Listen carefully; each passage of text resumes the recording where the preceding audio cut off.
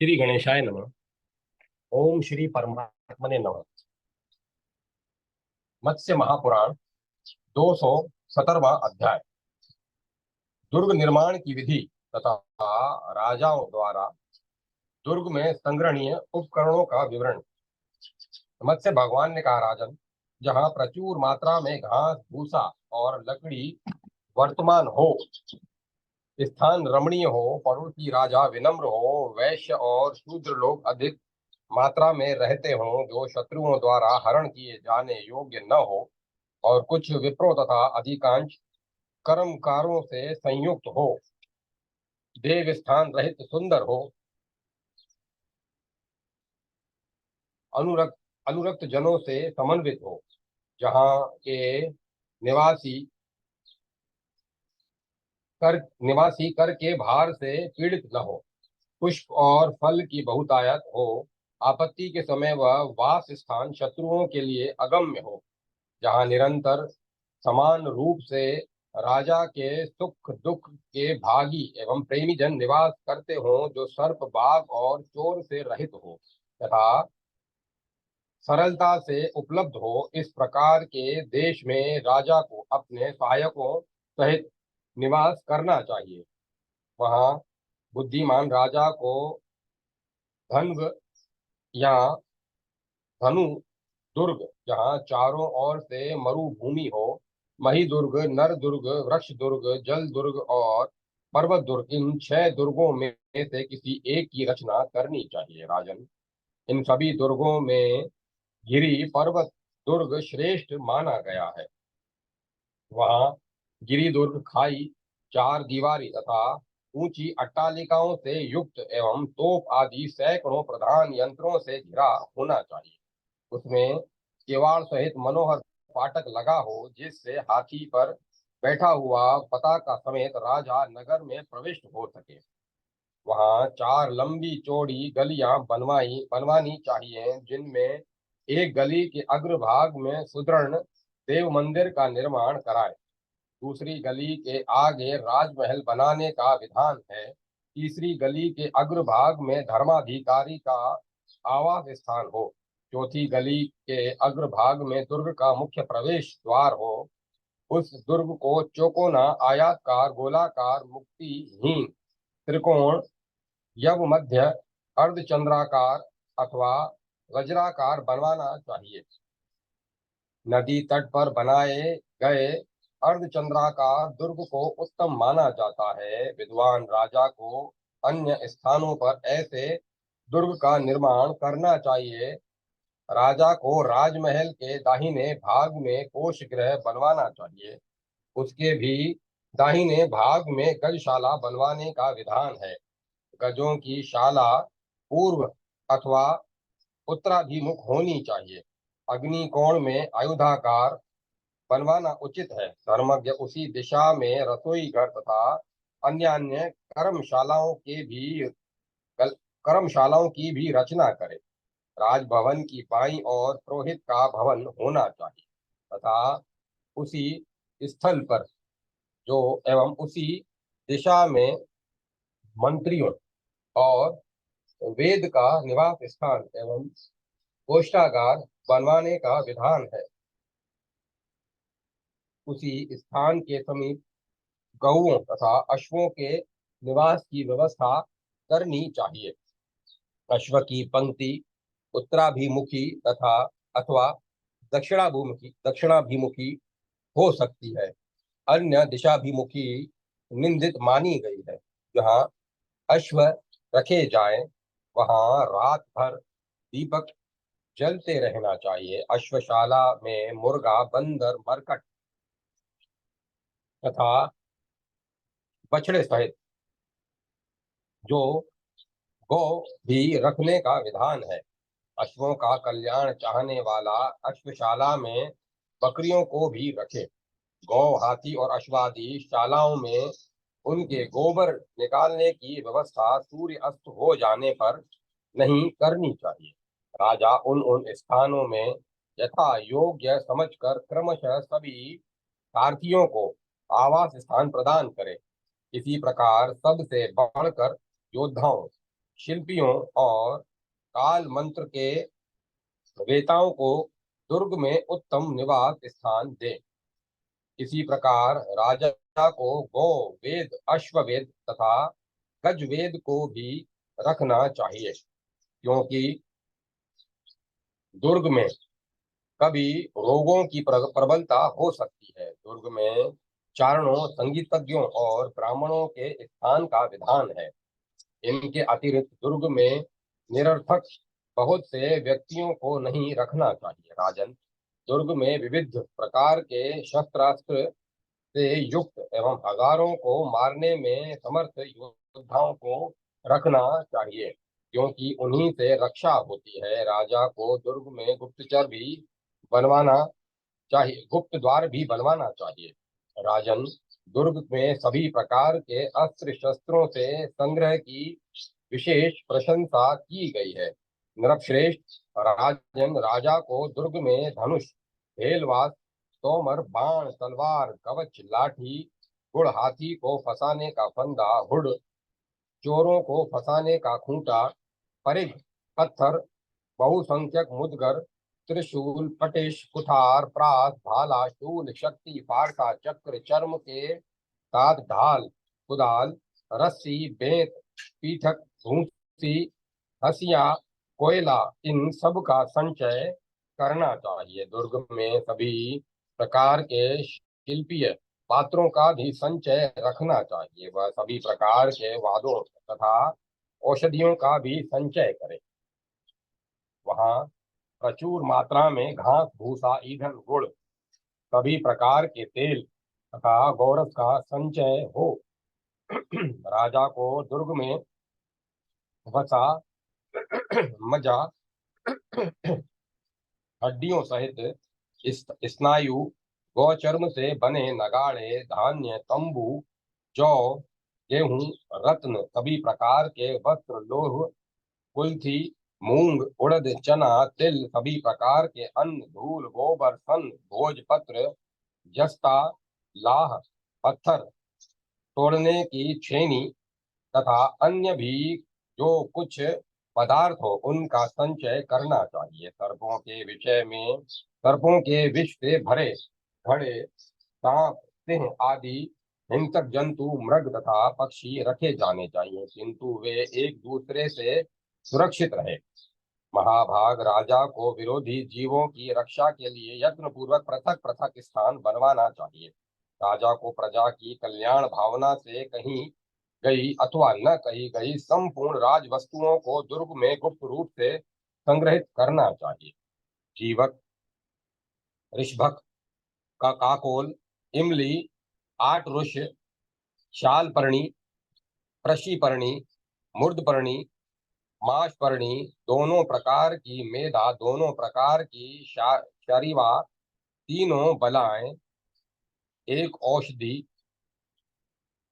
वीरा, श्रवंसंती, वृष्या, बहुति, कटकारिका, श्रृंगी, श्रटांग की, द्रोणी, वर्षाभू, कुश, रेणुका, मधुपर्णी, दोनों विधारी, महाशीरा, महातपा, धनवन, सहदेवी, कटुक, रेण, विष, शतपर्णी, मृदविका, फल्गु, खजूर, यष्टिका, शुक्र, अति शुक्र, काश्मरी, छत्र, अति छत्र, विरण, ईख और ईख से होने वाली अन्य वस्तुएं, पाणित आदि, सिंह, सहदेवी, विश्वदेव, अश्वरोधक, महुआ, पुष्पहंसा, शतपुष्पा, मधुलिका, शतावरी, महुआ, डाक, पीपल, ताल, आत्मगुप्ता, कटफल, द्रविका, राजशीर्ष की, श्वेत सरसों, धनिया, श्रेष्ठप्रोता, उत्कटा, कालशाक, पद्म बीज, गोवली, मधुवलिका, शीतपाकी, कुलिश कुलिंगाक्षी, काकजीवा, उरुपुष्पा, उरुपुष्प का दोनों पर्वत और त्रपुष, गुजांतक, पुनर्नवा, केसरुका, काश्मीरी बिल्व, शालुक, केसर, सभी प्रकार की भूसियां, शमी, अन्न, दुग्ध, शहद, मट्ठा, तेल, मजा, वसा, घी, कदम्ब, अरिष्टक, अशोट, बादाम, सोम और बाणक, इन सब को तथा इसी प्रकार अन्य पदार्थों को मधुर जानना चाहिए। राजा इन सब का पूर्ण रूप से दुर्ग में संग्रह करे।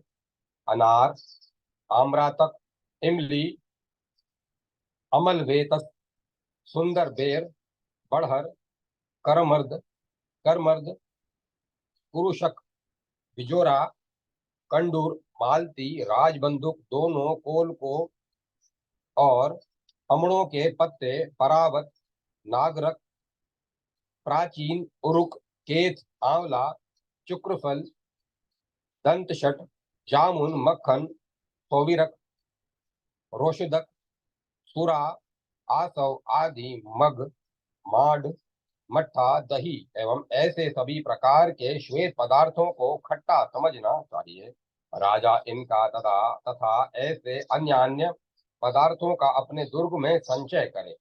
सेंधव, उद्भिद, पाठ्य, पाक्य, सामुद्र, सांभर, लोमक, कुप्य, सोवर्चल, अबिल्व, बाल के, यव, होम, क्षार, काल भस्म, ये सभी लवण के भेद हैं। राजा इन सब का तथा अन्य लवणों का दुर्ग में संग्रह करे। पीपर, पीपर का मूल, चव्य, सीता, सौंठ, कुबेरक, मिर्च, सहजना, भिलावा, सरसों, कुष्ठ, अजमोदा, ओंगा, हींग, मूली, धनिया, सौंफ, अजवाइन, मिंजट, मिंजड़, जी, जवीर, कल मालिका, कणिजक, लहसुन, पाला के आकार वाला जलीय तृण, हरण, कायस्था, वैस्था, हड़ताल, मैनसिल, गिलोय, रुंधती, रोहिश, केसर, जया, रेंडी, नरकट, शल्की, भारंगी, सभी प्रकार के पित्त और मूत्र, हरे, आवश्यक, मूल, मूलहठी, अति विष, छोटी इलायची, तेजपात आदि कटु औषधियां हैं। राजश्रेष्ठ राजा के दुर्ग में प्रयत्न पूर्वक इनका संग्रह करें।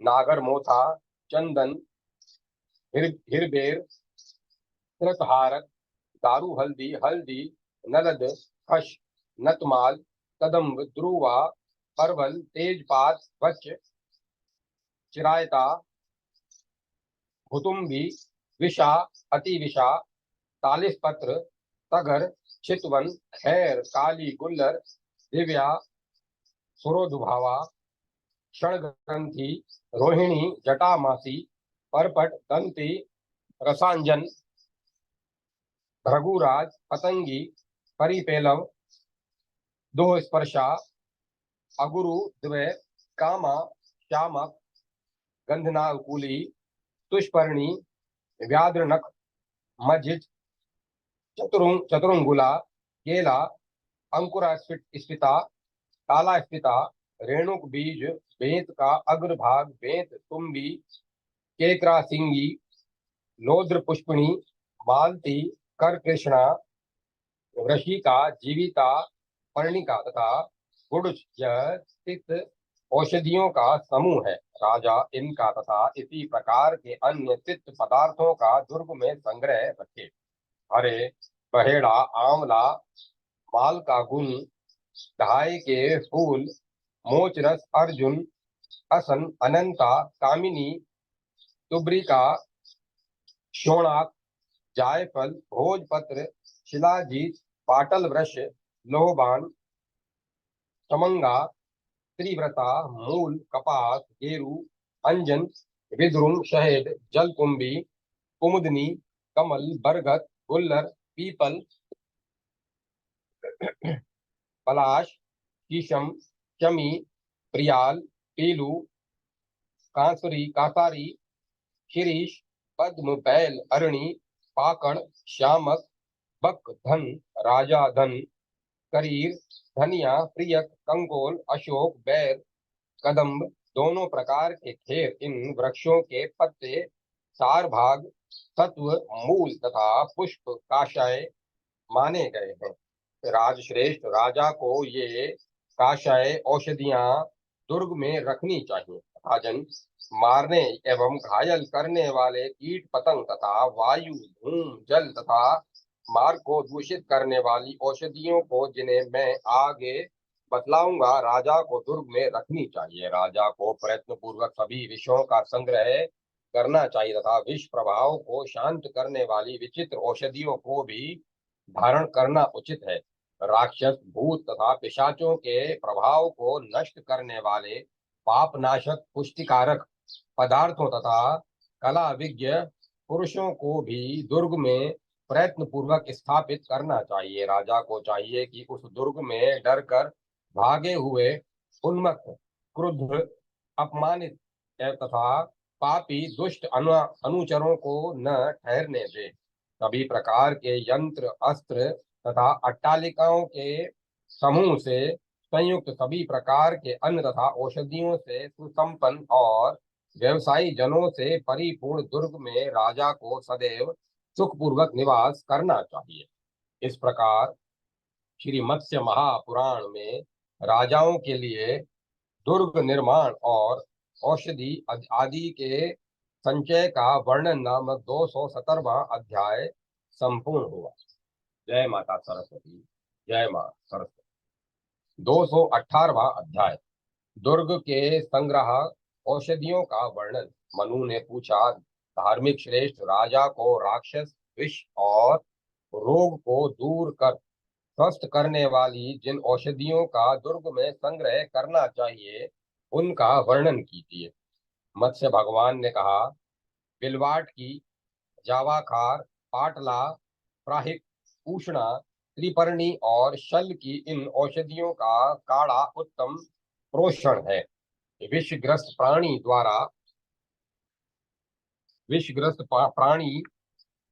द्वारा इसका सेवन करने से यह तुरंत ही विष रहित हो जाता है। इस प्रकार इनके द्वारा सेवन करने से यव, सेंधव, पानीय, वस्त्र, शैया, आसन, जल, कवच, आभरण, छत्र, चामर और गृह आदि विष रहित हो जाते हैं। शेलु, पाटली, अतिविषा, शीघ्रु, मूर्वा, पुनर्वा, समंगा, वृक्ष मूल, कपित्य, वृक्ष शोषित तथा महादंत क्षण, इन औषधियों के काढ़े का सेवन भी उसी प्रकार विषनाशक होता है। लाह, प्रियंगु, मजीठ समान भाग में इलायची, हर्रे, जेठी मधु और मधुरा, इन्हें नकुल पित्त से संयुक्त करके गाय के सींग में रखकर 7 रात तक पृथ्वी में गाड़ दें। इसके बाद उसे स्वर्ण जटित मणि की अंगूठी में रखकर हाथ में धारण कर लें। उसका स्पर्श करने से विष युक्त प्राणी तुरंत ही निर्विष हो जाता है। जटामासी, शमी के पत्ते, तुम्बी, श्वेत सरसों, कपित्य, कुष्ठ और मंजिठ, इन औषधियों को कुत्ते अथवा कपिला गौ के पत्ते के साथ भावना दें। यह सोम्याक्षिप्त नामक दूसरी विषनाशक औषधि है। इसे भी पूर्वत मणि एवं रत्न निर्मित अंगूठी में रखकर धारण करना चाहिए। इसी प्रकार मूषिका और लाह को भी हाथ में बांधने से विष का शमन होता है। हर्रे, जटामासी, मजिष्ठा, हरिद्रा, महुआ, मधु, अश्वत्थक, तुरसा और लाह, इन्हें भी पूर्वत कुत्ते के पित्त से संयुक्त करके पृथ्वी में गाड़ दें। फिर इनके लेप से वाजों तथा पताकाओं पर लेप कर दें तो विषाक्त प्राणी इन्हें सुनकर, देखकर और सूंघकर तुरंत विष रहित हो जाता है। तीनों कटु, आंवला, हरे, बहेरा, पांचों नमक, मजीठ, दोनों रजनी, छोटी इलायची, त्रिव्रता का पत्ता, भिंडंग, बिडंग, इंद्रवारुणी, मधुक, वेतस तथा मधु, इन सब को सींग में स्थापित कर दें। फिर वहां से निकाल कर गर्म जल में मिला दें। इसके द्वारा विष भक्षण से उद्भूत पित्त दोष उत्पन्न करने वाला ज्वर शांत हो जाता है। श्वेत, धूप, सरसों, इलबालुक, सुवेगा, तस्कर, सुर और अर्जुन के पुष्प, इन औषधियों का धूपवास करने वाले घर में स्थित स्थावर जगम सभी विष को नष्ट कर देता है। जहाँ वह धूप जलाया जाता है वहाँ कीट, विष, मेंढक, रेंगने वाले सर्पादि जीव तथा कर्मों की कृत्या ये कोई भी नहीं रह सकते। चंदन, दुग्ध, पलाश वृक्ष की छाल, मूर्वा, एलावालुक, सरसों, नाकुली, कंडूलियक एवं काक माची का काढ़ा सभी प्रकार के विष युक्त जल में कल्याणकारी होता। रोचना पत्र, नेपाली, केसर तिलक, इन औषधियों को धारण करने से मनुष्य को विष का कष्ट नहीं होता। विष दोष नष्ट हो जाता है और वह इसके प्रभाव से स्त्री, पुरुष और राजा का प्रिय हो जाता है। हल्दी, मजिठ, पिड़ी, पिपली और नीम के चूर्ण का लेप करने से सभी प्रकार के विष से पीड़ित शरीर विष रहित हो जाता है। शीरीष वृक्ष का फल, पत्ता, पुष्प, छाल और जड़, इन सब को गौमूत्र में घिस कर तैयार की गई औषधि सभी प्रकार के विषकर्म में हितकारी कही गई है। सर्वोत्कृष्ट शूरवीर राजन, इसके उपरांत सर्वश्रेष्ठ औषधियों का वर्णन कर रहा हूँ, सुनिए। राजन, संध्या, कर्कोटक की, विष्णु क्रांता, उत्कटा, शतमूली, सती, सीता, आनंदा, बला, मोचा, पटोलिका, सोमा, पिंडा, निशा, दग्धरुहा, स्थल पद्म, विशाली, शंखमूलिका, चांडाली, हस्ती, मगधा, गौपर्णी, अजापर्णी, करम्बिका, रक्ता, महारक्ता, बहिर्शिखा, कोशातकी, नक्तमाल, निया, प्रियाल, सरोचनी, वारुणी, वसुगंधा, गंधना, कुली, ईश्वरी, शिवगंधा, श्यामला, वंशनालिका, जतुकालिका, जतुकाली, महाश्वेता, श्वेता, मधुविष्टिका, वज्रक, पारिभद्र, सिंधुवारक, जीवानंदा, वसुछिद्रा, नतनागर, कटकारी, नाल, चाली, जाति, वटपत्रिका, स्वर्ण, महानीला, कुंदरू, हंस पादिका, मडुक पर्णी, दोनों प्रकार की वाराही, कंडुलियक, सर्पाक्षी, नुकुल कंद, लवली, ब्राह्मी, विषरूपा, सुखाकरा, रुजापहा, वृद्धिकरी, चलैदा, पत्रिका, रोहिणी, रक्तमाला, आमलक, वृंधाक, श्यामा, चित्रफला, काकोली, शील काकोली, पिलुपर्णी, केशनी, वृशिक, वृषिकाली, महानागा, शतावरी, गरुड़ी, गरुड़ी, वेगा, जल कुमुदनी, स्तरोत्पल, महाभूमिलता, उन्मादनी, सोमराजी, सभी प्रकार के रत्न, विशेषकर मरकत आदि बहुमूल्य रत्न, अनेक प्रकार की कीटज मणियां, जीवों से उत्पन्न होने वाली मणियां, इन सभी को प्रयत्न पूर्वक दुर्ग में संचित करें। इसी प्रकार राक्षस, विष, कृत्या, बेताल आदि की नाशक, विशेषकर मनुष्य, सर्प, गौ, गर्दभ, ऊंट, सांप, तीतर, शगाल, नेवला, मेंढक, सिंह, बाघ, रीछ, बिलाव, गेंडा, वानर, कपिंजल, हस्ती, अश्व, महिष और हरिण आदि जीवों से संबंध रखने वाली उपयोगी वस्तुओं का भी राजा संचय करे। इस प्रकार इन सभी बहुमूल्य पदार्थों से युक्त रहने पर वह सुरक्षित रहता है। तब राजा उनमें बने हुए अत्यंत निर्मल उपयुक्त लक्षणों से संपन्न तथा गुण युक्त भवन में निवास करे। इस प्रकार श्री मत्स्य महापुराण में अगत्याध्याय अगदाध्याय नामक 218वां अध्याय संपूर्ण हुआ। जय माता सरस्वती। जय मां सरस्वती। 219वां अध्याय विष युक्त पदार्थों के लक्षण एवं उससे राजा के बचने के उपाय। मनु ने पूछा, भगवान, राजा को राज्य की रक्षा के लिए जिन रहस्यपूर्ण साधनों को दुर्ग में संग्रहित या प्रस्तुत करना चाहिए, उन तत्वों का मुझसे वर्णन कीजिए।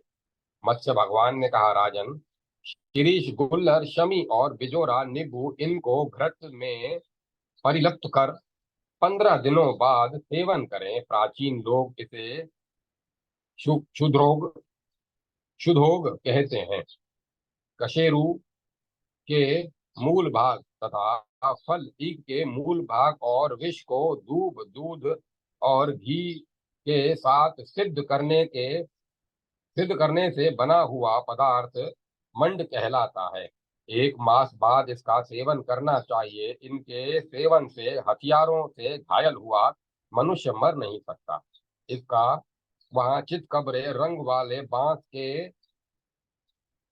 टुकड़े से अग्नि उत्पन्न करें। राजन, उस अग्नि को जिस घर में अपव्यय होकर 3 बार प्रदक्षिणा करें, वहां कोई अन्य अग्नि नहीं जल सकती।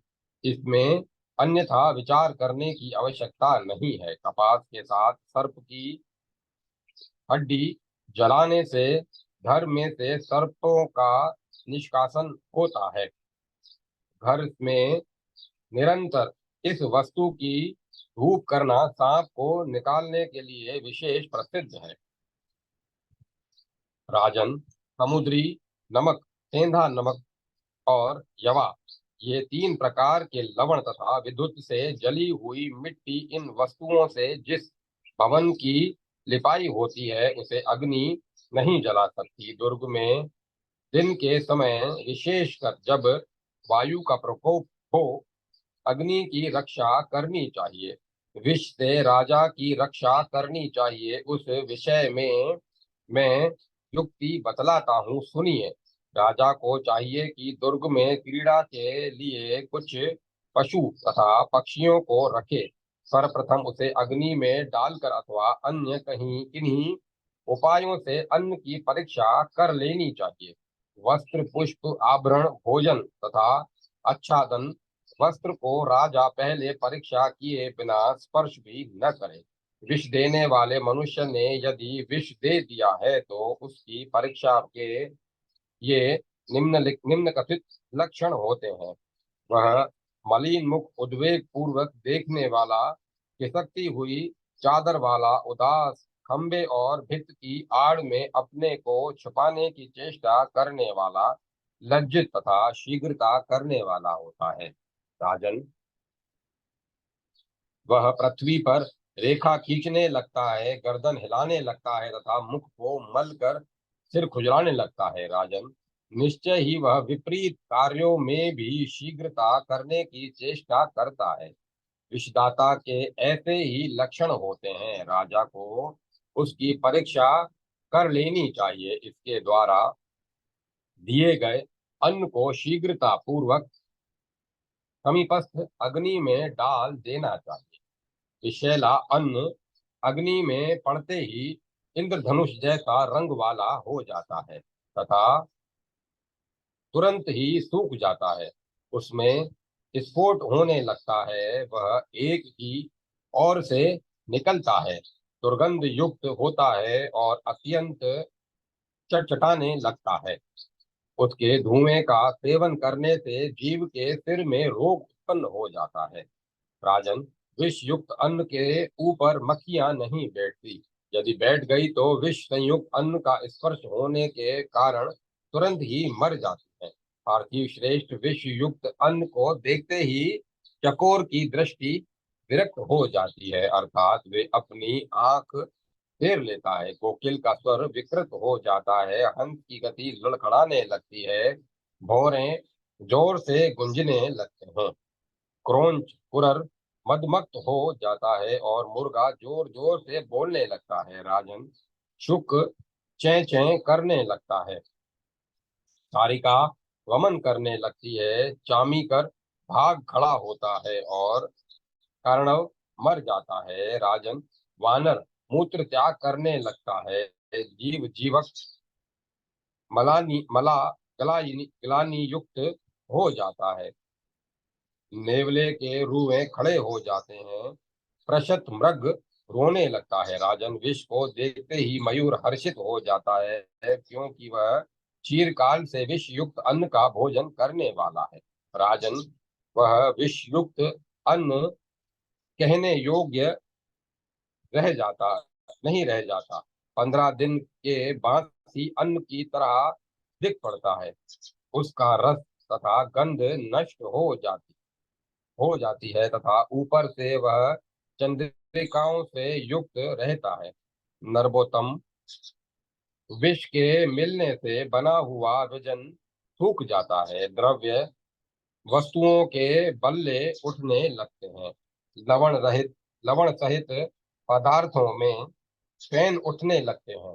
अन्नों से बना हुआ विषैला भोजन ताम्र वर्ण का दूध वाला नीले रंग का मदिरा तथा जल युक्त कोकिल के समान काला अमल अन्न वाला काला पौधों का कपिल तथा मठा युक्त भोजन मधु के समान श्यामल नीला और पीला हो जाता है। विष युक्त घृत का वर्ण जल की भांति विष मिश्रित छाछ का कबूतर की तरह, मधु युक्त का हरा और तेल मिश्रित विष का लाल रंग हो जाता है। विष के संसर्ग से न पके हुए फल शीघ्र ही पक जाते हैं और पका हुआ फल विकृत हो जाता है। पुष्प मालाएं मलिन हो जाती हैं। कठोर वस्तु कोमल तथा कोमल वस्तु कठोर हो जाती है। सूक्ष्म वस्तुओं का रूप नष्ट हो जाता है और रंग बदल जाता है। वस्त्रों में विशेषकर काले धब्बे पड़ जाते हैं। लोहे और मणियों पर मैल जम जाती है। नरपश्रेष्ठ शरीर में लेपन किए जाने वाले द्रव्यों एवं उपयोग में आने वाली पुष्प मालाओं में दुर्गंधी तथा रंग की मलिनता समझनी चाहिए।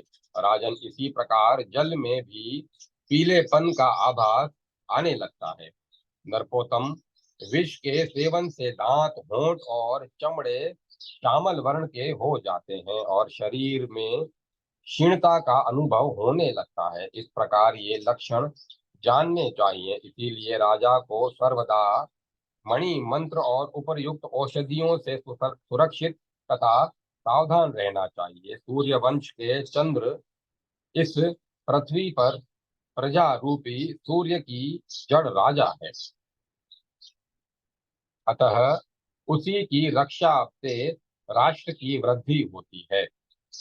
इसीलिए सभी को प्रयत्न पूर्वक राजा की रक्षा करनी चाहिए। इस प्रकार श्री मत्स्य महापुराण के राजधर्म प्रकरण में राजरक्षा नामक 219वां अध्याय संपूर्ण हुआ।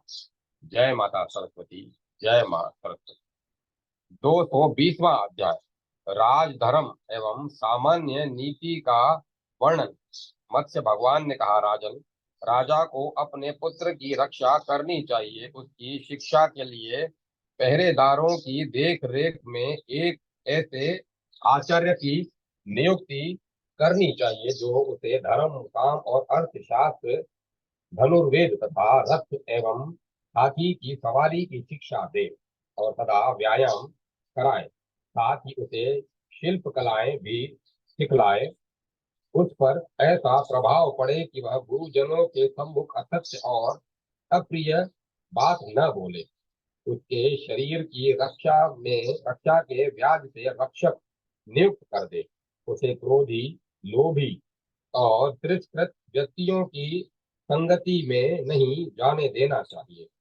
उसे इस प्रकार जितेंद्रिय बनाना चाहिए कि जिससे वह युवा अवस्था आने पर इंद्रियों द्वारा अत्यंत दुर्गम सत्पुरुषों के मार्ग में उत्कृष्ट अपकृष्ट न किया जा सके। जिस राजकुमार में स्वभाववश गुणाधान गुणाधान करना अशक्य हो रहे हो उसे गुप्त स्थान में सुखपूर्वक अवरुद्ध कर देना चाहिए, क्योंकि उद्दंड राजकुमार से युक्त कुल शीघ्र ही नष्ट हो जाता है। राजा को सभी अधिकारों पर सुशिक्षित व्यक्ति को नियुक्त करना चाहिए। प्रथमतः उसे छोटे पद पर नियुक्त करे, तत्पश्चात क्रमशः अधिक शिक्षित कर ऊंचे पदों पर भी पहुंचा दे। राज से राजा को शिकार, मदपान तथा द्रुत क्रीड़ा का परित्याग कर देना चाहिए, क्योंकि पूर्व काल में इनके सेवन से बहुत से राजा नष्ट हो चुके हैं, जिनकी गणना नहीं कहीं कहीं जा सकती।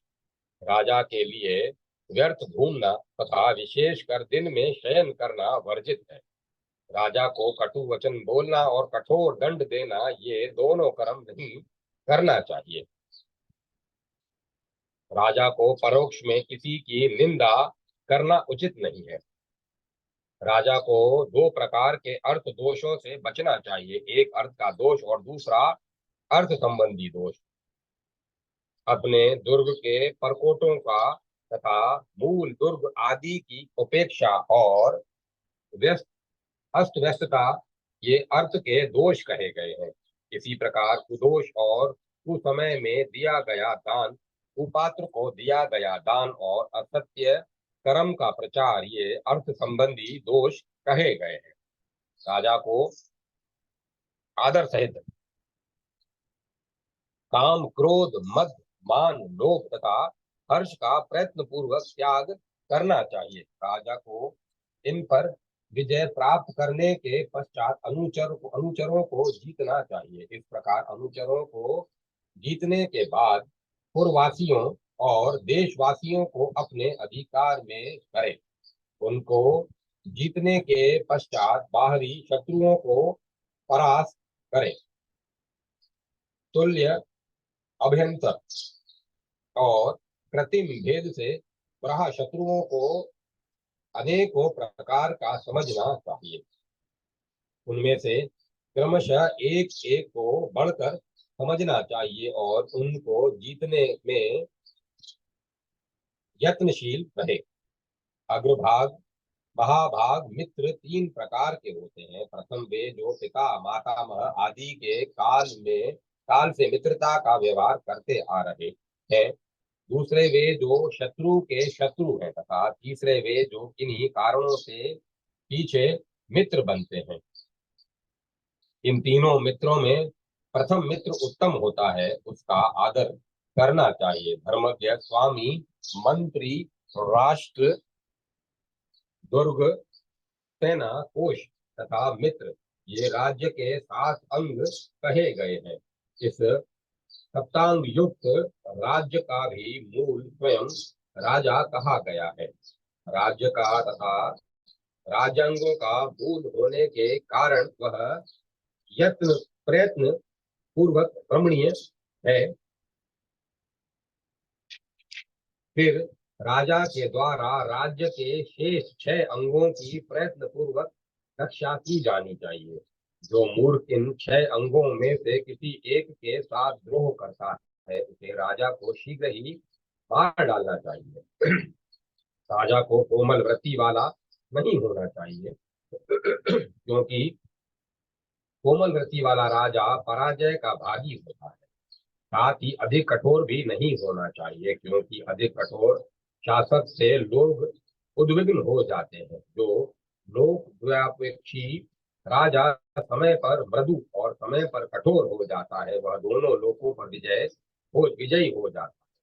राजा को अपने अनुचरों के साथ परिहास नहीं करना चाहिए, क्योंकि कुछ समय आनंद में निमग्न हुए राजा का अनुचरण गण अपमान कर बैठते हैं। राजा को सभी प्रकार के व्यसनों से दूर रहना चाहिए, किंतु लोक संग्रह के लिए उसे कुछ ऊपर से अच्छी बातों का व्यसन करना उचित है। गर्वीले एवं नित्य ही शुभ स्वभाव वाले राजा से लोग कठिनता से अनुकूल होने के कारण विरक्त हो जाते हैं। अतः राजा को सभी से मुस्कान पूर्वक बातें करनी चाहिए। महाभाग, यहाँ तक कि प्राण दंड के अपराधी को भी वह भ्रुकुटी न दिखलाए। धार्मिक श्रेष्ठ राजा को महान लक्ष्य युक्त होना चाहिए, क्योंकि सारी पृथ्वी स्थूल लक्ष्य रखने वाली राजा के अधीन हो जाती है। राजा को सभी कार्यों के निर्वाह में विलंब नहीं करना चाहिए, क्योंकि विलंब करने वाले राजा के कार्य निश्चय ही नष्ट हो जाते हैं। केवल अनुराग, दर्प, आत्मसम्मान, द्रोह, पाप कर्म तथा अप्रिय कार्यों में दीर्घ सूत्री प्रशंसित माना गया है। नरपोतम, राजा को सदा अपनी मंत्रणा गुप्त रखनी चाहिए, क्योंकि प्रकट मंत्रणा वाले राजा को निश्चय ही सभी आपत्तियां प्राप्त होती है। महाभाग, जिस राजा के कार्यों को आरंभ के समय नहीं अपितु पूरा होने पर ही लोग जान पाते हैं, उसके वश में वसुंधरा हो जाती है। मंत्र ही सर्वदा राज्य का मूल है। अतः मंत्र भेद के भय से राजाओं को उसे सदा सुरक्षित रखना चाहिए। मंत्रज्ञ मंत्री द्वारा दिया गया मंत्र सभी संपत्तियों तथा सुखों को देने वाला होता है। मंत्र के छल से बहुत से राजा विनष्ट हो चुके हैं। आकृति, संकेत, गति, चेष्टा, वचन, नेत्र तथा मुख से विकारों से मुख के विकारों से अंतः स्थित मनोभावों का पता लगता है। राजपुत्र जिस राजा के मन का इन उपर्युक्त उपायों द्वारा कुशल लोग भी पता न लगा सके, वसुंधरा उसके वश में सदा बनी रही। राजा को कभी केवल एक व्यक्ति के यहाँ एक ही साथ अनेक लोगों के साथ मंत्रणा नहीं करनी चाहिए। राजा जिसकी परीक्षा न की गई हो, ऐसे विषम नौका पर सवार न हो। राजा के जो भूमि विजेता शत्रु हो, उन सबको समाधि उपायों द्वारा वश में लाना चाहिए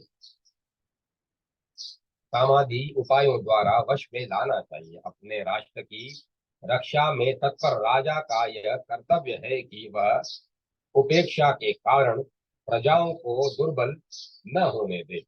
जो अज्ञानवश असावधानी से अपने राष्ट्र को दुर्बल कर देता है, वह शीघ्र ही भाई बंधुओं सहित राज्य एवं जीवन से च्युत हो जाता है। महाभाग, जिस प्रकार पालतू बछड़ा बलवान होने पर कार्य करने में समर्थ होता है, उसी प्रकार पालन पोषण कर समृद्ध किया हुआ राष्ट्र भी भविष्य में कार्य सक्षम हो जाता है। जो अपने राष्ट्र के ऊपर अनुग्रह की दृष्टि रखता है, वस्तुतः वही राज्य की रक्षा कर सकता है। जो उत्पन्न हुई प्रजाओं की रक्षा करता है, वह महान फल का भागी होता है। राजा राष्ट्र से स्वर्ण, अन्न और सुरक्षित पृथ्वी प्राप्त करता है। माता और पिता के समान अपने राष्ट्र की रक्षा में तत्पर रहने वाला नृपति विशेष प्रयत्न से नित्य प्रति स्वकीय एवं परकीय दोनों ओर से होने वाली बाधाओं से अपने राष्ट्र की रक्षा करे। अपनी इंद्रियों को संयत तथा गुप्त रखे और सर्वदा उनका प्रयोग गोपनीय रूप से करे, तभी उनमें उत्तम फल प्राप्त होता है। जीवन के सभी कार्य देव और पौरुष इन दोनों के अधिकार में रहते हैं। उन दोनों में देव तो अचिंत्य हैं, किंतु पौरुष में क्रिया विद्यमान रहती। इस प्रकार पृथ्वी का पालन करने वाला राजा के प्रति प्रजा का परम अनुराग हो जाता है। प्रजा के अनुराग से राजा को लक्ष्मी की प्राप्ति होती है तथा लक्ष्मीवान राजा को ही परम यश की प्राप्ति होती है। इस प्रकार श्री मत्स्य महापुराण में राजधर्म कीर्तन नामक 220वां अध्याय संपूर्ण हुआ। जय माता सरस्वती।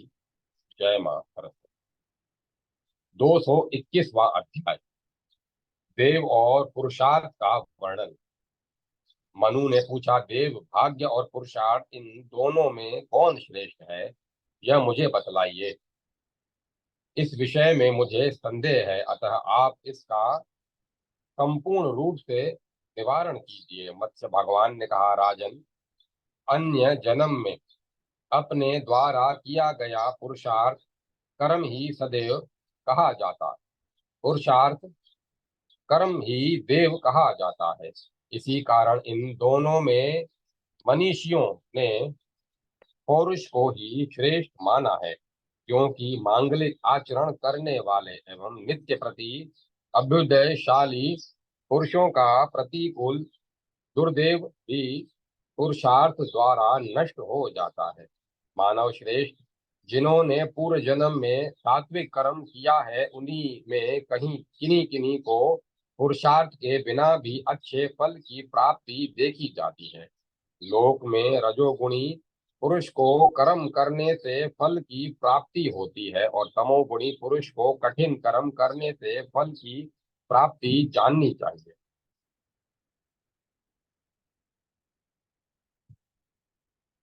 राजन, मनुष्यों को पुरुषार्थ द्वारा अभिलक्षित पदार्थ की प्राप्ति होती है, किंतु जो लोग पुरुषार्थ से हीन हैं, वे देव को ही सब कुछ मानते हैं। अतः तीनों कालों में पुरुषार्थ युक्त देव ही सफल होता है। राजन, भाग्य युक्त मनुष्य का पुरुषार्थ समय पर फल देता है। पुरुषोत्तम देव, पुरुषार्थ और काल, ये तीनों संयुक्त होकर मनुष्य को फल देने वाले होते हैं। कृषि और वृष्टि का संयोग होने से फल की सिद्धियां देखी जाती हैं, किंतु वे भी समय आने पर ही दिखाई पड़ती है, बिना समय के किसी प्रकार की भी नहीं।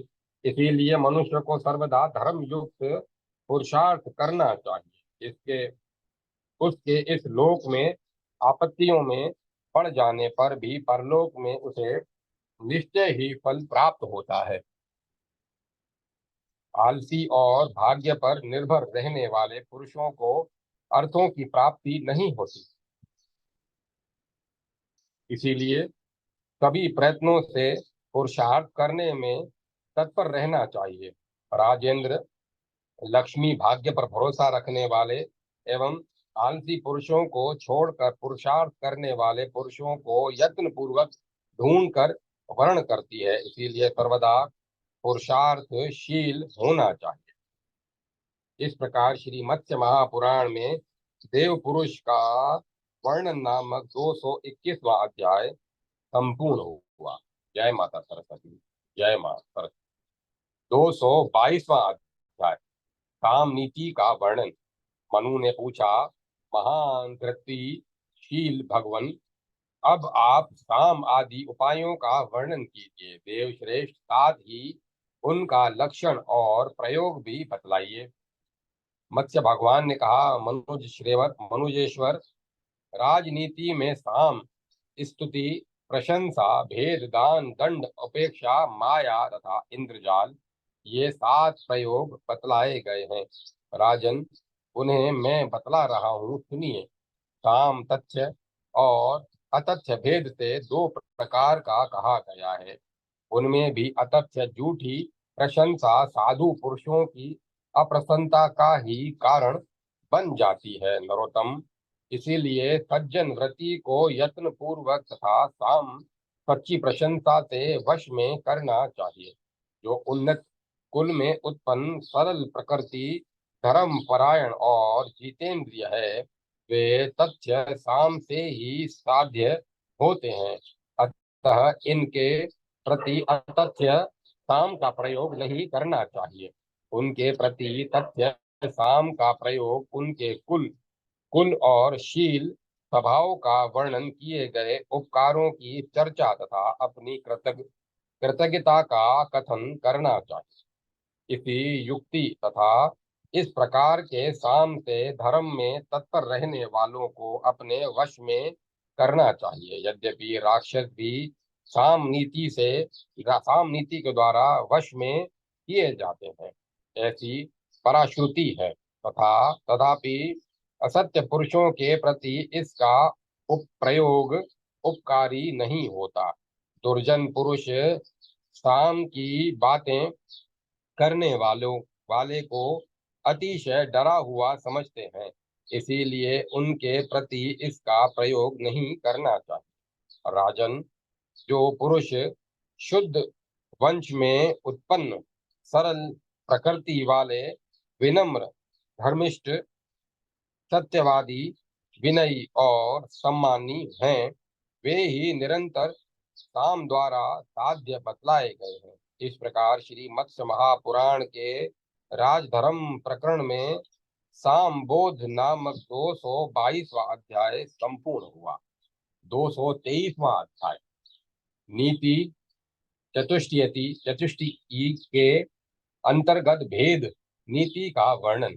मत्स्य भगवान ने कहा, राजन, जो परस्पर वैर रखने वाले, क्रोधी, भयभीत तथा अपमानित हैं, उनके प्रति भेद नीति का प्रयोग करना चाहिए, क्योंकि वे भेद द्वारा साध्य माने गए हैं।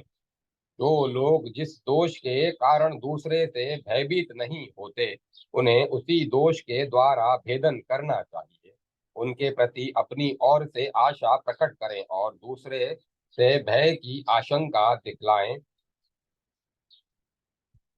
इस प्रकार उन्हें छोड़ लें और फूट जाने पर उन्हें अपने वश में कर लें। संगठित लोग भेद नीति के बिना इंद्र द्वारा भी दुसाध्य होते हैं, इसीलिए नीतिज्ञ लोग भेद नीति की ही प्रशंसा करते हैं। इस नीति को अपने मुख से तथा दूसरे के मुख से भेद व्यक्ति से कहें या कहलाएं, परंतु अपने विषय में दूसरे के मुख से सुनी हुई भेद नीति को परीक्षा करके ठीक मानना चाहिए। अपने कार्य के उद्देश्य से सुनिपुण नीतिज्ञों द्वारा जो तुरंत भेदित किए जाते हैं, वे ही सच्चे अर्थ में भेदित कहे जाते हैं। अर्थवादियों एवं राजा द्वारा किए गए नहीं। जहाँ राजाओं के सम्मुख आंतरिक दुर्ग के अंतर्गत का कोप और बाहरी कोप दोनों उपस्थित हों, वहाँ आंतरिक कोप की ही महान है, क्योंकि वह राजाओं के लिए विनाशकारी होता है। छोटे राजाओं का क्रोध राजा के लिए ब्राह क्रोध कहा गया है, तथा रानी, युवराज, सेनापति, आमत्य, मंत्री और राजकुमार के द्वारा किया गया क्रोध आंतरिक कोप कहा गया है। इन सबों का कोप राजाओं के लिए भयानक बतलाया गया है। महाभाग अत्यंत भीषण ब्राह कोप के उत्पन्न होने पर भी यदि राजा का अंतःपुर, दुर्गस्थ महारानी, युवराज, मंत्री आदि प्रकृति शुद्ध एवं अनुकूल हैं, तो वह शीघ्र ही विजय लाभ करता है। यदि राजा इंद्र के समान हो तो भी वह अंतः दुर्गस्थ रानी, युवराज, मंत्री आदि के कोप से नष्ट हो जाता है। इसीलिए राजा को प्रयत्न पूर्वक उस आंतरिक कोप की रक्षा करनी चाहिए। शत्रुओं को जीतने की इच्छा वाले राजा को चाहिए कि दूसरे से भेद नीति द्वारा क्रोध पैदा कराकर उसकी जाति में भेद उत्पन्न कर दे और प्रयत्न पूर्वक अपने जाति भेद की रक्षा करे। यद्यपि संतप्त भाई बंधु राजा की उन्नति देखकर जलते रहते हैं, तथापि राजा को दान और सम्मान द्वारा उनको मिलाए रखना चाहिए, क्योंकि जातिगत भेद बड़ा भयंकर होता है। जाति वालों पर प्राय लोग अनुग्रह का भाव रखते हैं और उनका विश्वास ही करते हैं। इसीलिए राजाओं को चाहिए कि जाति में फूट डालकर शत्रुओं को उनसे अलग कर दें। इस भेद नीति द्वारा भिन्न किए गए शत्रु के विशाल समूह को भी संग्राम भूमि में थोड़ी सी सुसंगठित सेना से ही नष्ट किया जा सकता है। अतएव नीति कुशल लोगों को सुसंगठित शत्रुओं से शत्रुओं के प्रति भी भेद नीति का ही प्रयोग करना चाहिए। इस प्रकार श्री मत्स्य महापुराण में राजधर्म प्रकरण में भेद प्रशंसा नामक 223वां अध्याय संपूर्ण हुआ। जय माता सरस्वती। जय मां सरस्वती। 224वां अध्याय दान नीति की प्रशंसा। मत्स्य भगवान ने कहा, दान सभी उपायों में सर्वश्रेष्ठ है। प्रचुर दान देने से मनुष्य दोनों लोकों को जीत लेता है। राजन, ऐसा कोई नहीं है जो दान द्वारा वश में न किया जा सके। दान से देवता लोग भी सदा के लिए मनुष्यों के वश में हो जाते हैं। नरकोत्तम, सारी प्रजाएं दान के बल से ही पालित होती हैं। दानी मनुष्य संसार में सभी का प्रिय हो जाता है। दानशील राजा शीघ्र ही शत्रुओं को जीत लेता है। दानशील ही संगठित शत्रुओं का भेदन करने में समर्थ हो सकता है। यद्यपि निर्लोक तथा समुद्र के समान गंभीर स्वभाव वाले मनुष्य स्वयं दान को अंगीकार नहीं करते, तथापि वे भी दानी व्यक्ति के पक्षपाती हो जाते हैं। अन्यत्र किया गया दान भी अन्य लोगों को अपने वश में कर लेता है। इसीलिए लोग सभी उपायों में श्रेष्ठतम दान की प्रशंसा करते हैं। दान पुरुषों का कल्याण करने वाला तथा परम श्रेष्ठ है। लोक में दानशील व्यक्ति की सर्वदा पुत्र की भांति प्रतिष्ठा होती है। दान परायण पुरुष श्रेष्ठ केवल एक भूलोक को ही अपने वश में नहीं करते, प्रत्युत वे अत्यंत दुर्जय देवराज इंद्र के लोक को भी, जो देवताओं का निवास स्थान है, जीत लेते हैं। इस प्रकार श्री मत्स्य महापुराण में राजधर्म प्रकरण में दान प्रशंसा नामक 224वां अध्याय संपूर्ण हुआ। जय माता सरस्वती। जय मां सरस्वती। 225वां अध्याय दंड नीति का वर्णन। मत्स्य भगवान ने कहा, राजन, जो पूर्वक समाधि तीनों उपायों के द्वारा वश में नहीं किए जा सकते, उन्हें दंड नीति के द्वारा वश में करें, क्योंकि दंड मनुष्यों को निश्चय रूप से वश में करने वाला है। बुद्धिमान राजा को सम्यक रूप से उस दंड नीति का प्रयोग धर्मशास्त्र में अनुसार पुरोहित आदि की सहायता से करना चाहिए। उस दंड नीति का सम्यक प्रयोग जिस प्रकार करना चाहिए उसे सुनिए। राजा को अपने देश में अथवा पराये देश में वानप्रस्थ आश्रमी, धर्मशील, ममता रहित, परिग्रहहीन और धर्मशास्त्र प्रवीण विद्वान पुरुषों की परिषद द्वारा भली भांति विचार कर दंड नीति का प्रयोग करना चाहिए, क्योंकि सब कुछ दंड पर ही प्रतिष्ठित है। सभी आश्रम धर्म के व्यक्ति, ब्रह्मचारी, पूज्य, गुरु, महापुरुष तथा अपने धर्म के में स्थित रहने वाला कोई व्यक्ति ऐसा नहीं है जो राजा के द्वारा दंडनीय न हो, किंतु अदंडनीय पुरुषों को भी दंड देने तथा दंडनीय पुरुषों को दंड न देने से राजा इस लोक में राज्य से च्युत हो जाता है और मरने पर नरक में पड़ता है। इसीलिए विनयशील राजा को लोकानुग्रह की कामना से धर्मशास्त्र के अनुसार ही दंड नीति का प्रयोग करना चाहिए। जिस राज्य में श्याम वर्ण, लाल नेत्र वाला और पाप नाशक दंड विचरण करता है तथा राजा ठीक ठीक निर्णय करने वाला होता है, वहां प्रजाएं कष्ट नहीं झेलती। यदि राज्य में दंड नीति को व्यवस्था न रखी जाए तो बालक, वृद्धि, आतुर, सन्यासी, ब्राह्मण, स्त्री और विधवा ये सभी मत्स्य न्याय के अनुसार आपस में एक दूसरे को खा जाए। यदि राजा दंड की व्यवस्था न करे तो सभी देवता, दैत्य, सर्पगण, प्राणी तथा पक्षी मर्यादा का उल्लंघन कर जाए। यह दंड ब्राह्मण के शाप, सभी के अस्त्र शस्त्र, सभी प्रकार के पराक्रम पूर्वक क्रोध से किए गए क्रियाकलाप और व्यवसाय में स्थित रहता है। दंड देने वाले व्यक्ति देवताओं द्वारा पूज्य हैं, किंतु दंड न देने वालों की पूजा कहीं भी नहीं होती। ब्रह्मा, उषा और अर्यमा सभी कार्यों में शांत रहते हैं, इसीलिए कोई भी मनुष्य उनकी पूजा नहीं करता। साथ ही दंड देने वाले रुद्र, अग्नि, इंद्र, सूर्य, चंद्रमा, विष्णु एवं अन्य देवता देवगणों की सभी लोग पूजा करते हैं। दंड सभी प्रजाओं पर शासन करता है तथा दंड ही सबकी रक्षा करता है। दंड सभी के सो जाने पर भी जागता रहता है, अतएव बुद्धिमान लोग दंड को धर्म मानते हैं।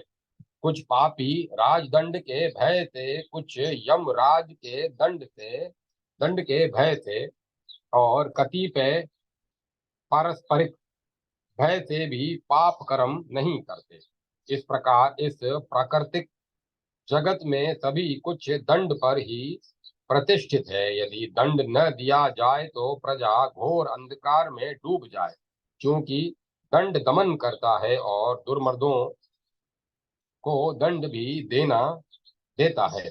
इसीलिए दमन करने तथा दंड देने के कारण बुद्धिमान लोग इसे दंड मानते हैं। दंड के भय से डरे हुए समस्त देवताओं ने यज्ञ में शिव जी का भाग निश्चित किया है, और भय के कारण ही स्वामी कार्तिकेय को वेश्वा वेश शेषवावस्था में ही सारी देव सेना का सेनापतित्व और वरदान प्राप्त प्रदान किया था।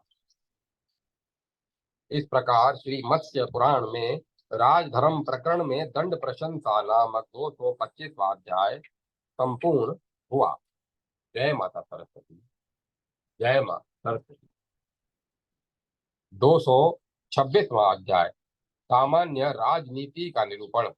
मत्स्य भगवान ने कहा, राजन, ब्रह्मा ने समस्त प्राणियों की रक्षा के निमित्त दंड का प्रयोग करने के लिए देवताओं के अंशों को लेकर राजा की सृष्टि की है, क्योंकि तेज से देदीप्यमान होने के कारण कोई भी उसकी ओर देख नहीं सकता। इसीलिए राजा लोक में सूर्य के समान प्रभावशाली होता है। जिस समय इसे देखने से लोग हर्ष को प्राप्त होते हैं, उस समय वह नेत्रों के लिए आनंदकारी होने के कारण चंद्रमा के समान हो जाता है। जिस प्रकार यमराज समय आने पर शत्रु मित्र सबको दंड देते हैं, उसी तरह राजा को प्रजा के साथ व्यवहार करना चाहिए। यह यम व्रत है। जिस तरह वरुण द्वारा पाश में बंधे हुए लोग दिखाई पड़ते हैं, उसी प्रकार पापाचरण करने वालों को पाशबद्ध करना चाहिए। यह वरुण व्रत है। जैसे मनुष्य पूर्ण चंद्र को देखकर प्रसन्न होता है, उसी प्रकार जिसे देखकर प्रजा प्रसन्न होती है, वह राजा चंद्रमा के समान है। अग्निव्रत में स्थित राजा को पापियों, दुष्ट सामंतों तथा हिंसकों के प्रति नित्य प्रतापशाली एवं तेजस्वी होना चाहिए। जिस प्रकार स्वयं पृथ्वी समस्त जीवों को धारण करती है, उसी प्रकार राजा भी संपूर्ण प्राणियों का पालन पोषण करता है। यह पार्थिव व्रत है। राजा को इंद्र, सूर्य, वायु, यम, वरुण, चंद्रमा, अग्नि तथा पृथ्वी के तेजो व्रत का आचरण करना चाहिए। जिस प्रकार इंद्र वर्ष के 4 महीनों में वृष्टि करते हैं, उसी प्रकार राजा को भी अपने राष्ट्र में स्वेच्छा पूर्वक दान वृष्टि करनी चाहिए। यह इंद्र व्रत है। जिस प्रकार सूर्य 8 महीने तक अपनी किरणों से जल का अपहरण करते हैं, उसी प्रकार राजा को भी नित्य राज्य से कर ग्रहण करना चाहिए।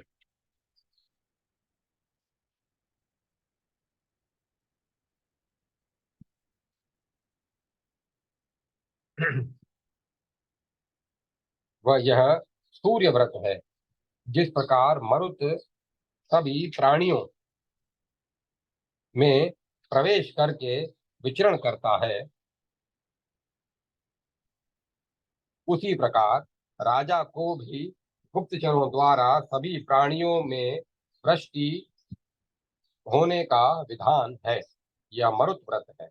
इस प्रकार श्री मत्स्य महापुराण में के राजधर्म प्रकरण में प्रजापालन नामक 226वां अध्याय संपूर्ण हुआ। जय माता सरस्वती। जय माता सरस्वती। ओम नमः शिवाय। ओम नमो नारायण। ओम नमो भगवते वासुदेव। ओम तत्सत। ओम तत्सत। ओम तत्सत। अब कथा को विराम दिया जाता है।